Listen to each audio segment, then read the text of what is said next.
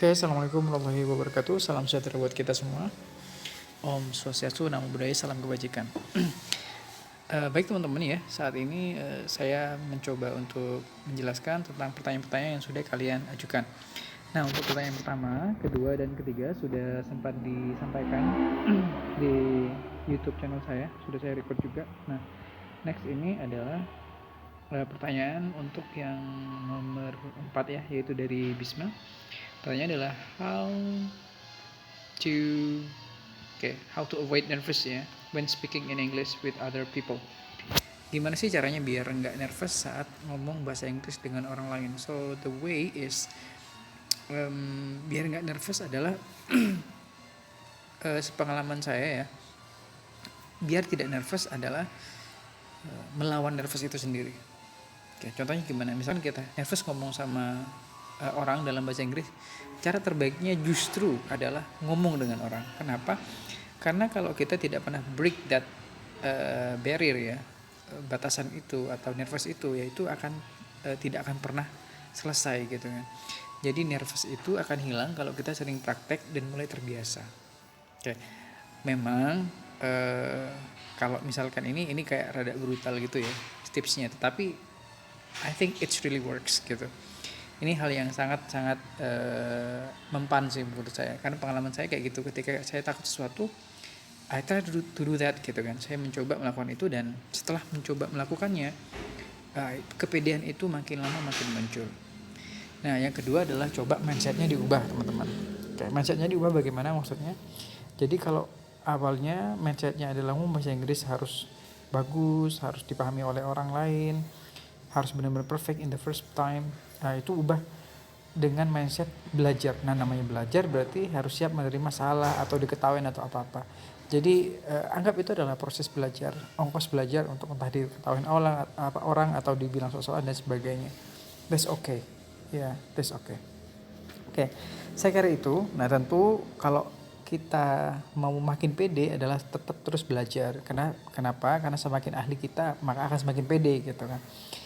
Ya, I believe that most expert starting with the nervous ya. Jadi sehebat apapun orang pasti mengalami nervous. Lama-lama kalau udah sering itu akan udah biasa aja gitu. Saya kira itu. Next dari Dinda. Dinda tanya, I wanna ask her how to apply auxiliary when we want to speak with someone. Oke, soalnya masih bingung. Kadang kalau ngomong masih mikir pakai tenses apa gitu. Oke. Sebenarnya for the beginning kita tidak perlu terlalu mikirin grammar. Why? Yang terpenting adalah sebenarnya vocabulary. Yang penting vocabnya udah ada aja, itu orang masih bisa paham. Oke, grammar penting, akan tetapi kalau kita masih mikir grammar terus nggak ngomong-ngomong gitu. Nah, caranya adalah semakin lama maka grammarnya akan semakin baik juga. Maka buat Dinda, ngomong aja dulu. Nah, setelah itu grammarnya di-apply pelan-pelan. Oke. Bagaimana sih cara auxiliary itu dipakai? Mostly auxiliary itu dipakai, namanya kan auxiliary kata kerja bantu.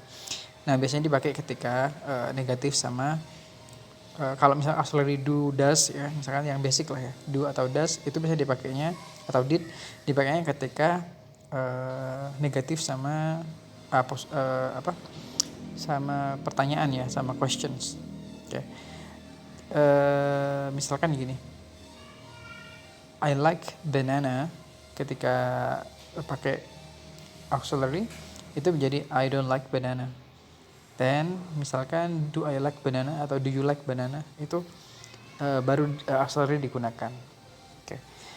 Kalau untuk tenses sebenarnya mostly ya teman-teman, asalkan tahu tensi simple present, simple past, future, perfect sama continuous, itu aja sudah ngomong udah oke lah gitu kan. Terus orang udah sangat paham. Kayak mungkin dengan berjalannya waktu bisa ditingkatkan dengan nanti belajar tenses yang lain. Misalkan untuk menunjukkan mana yang terjadi duluan, mana yang setelah itu. Misalkan belajar tentang simple past dengan past perfect dan seterusnya. Oke, saya kira that's my answer ya. Oke, selanjutnya di sini ada Vero ya. Malah ke sini. Oke, selanjutnya ada Veronica. Wait minute. Oke. Sudah kepencet ini. Oke. Nah, this one. Nah, nomor 6 tadi ada Vero. How tips and tricks mengucapkan English sesuai tenses because my English masih basic. Nah, itu tadi ya. Bagaimana mengucapkan bahasa Inggris secara basic menurut tenses? Menurut saya dilatih aja. Misalkan coba latih pakai simple present dulu. You can say karena setiap hari simple present kayak dipakai karena mungkin dipakai buat habitual action ya, kebiasaan, general truth itu paling banyak dipakai untuk spoken English. Misalkan kamu bilang I eat every day, I study almost every night, I like walk.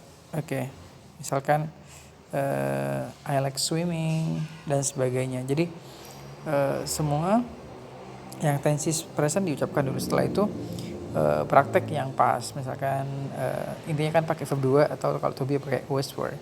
Misalkan I watch TV last night, misalkan I went to the cinema with my friend dan seterusnya. Atau kamu bisa bilang juga I were with my friend last night. Saya semalam sama teman saya. I was with my friend last night dan sebagainya. Misalkan they were my classmates in the senior high school. Mereka adalah teman kelas saya ketika SMA. Contoh kayak gitu.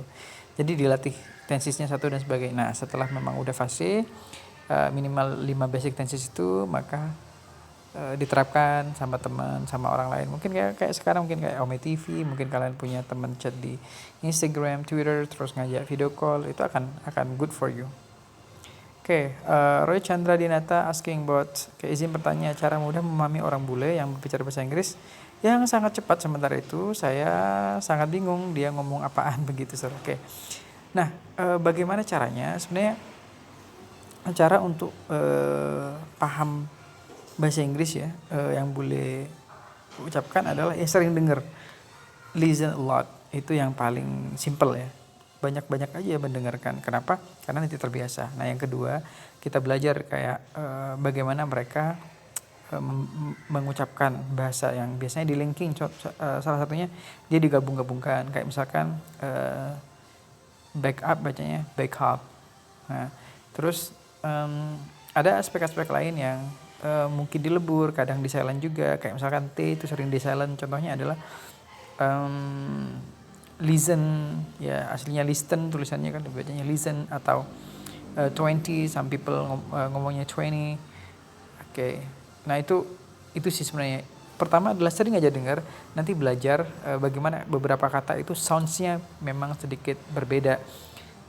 Jadi itu nanti mungkin kalau ini bisa ditambah slide aja ya, kayak lebih enak tentang bagaimana bule, cara ngomong bule sehingga mungkin nggak familiar dengan kita. Selanjutnya Alfionita, kata gaul dalam bahasa Inggris itu contohnya seperti apa sih? Itu kata gaul itu biasanya disebut slang ya, slang words. Kata gaul itu biasanya disebut slang word. Banyak slang words sebenarnya yang ini ya, yang ada di bahasa Inggris. Say kalau slang word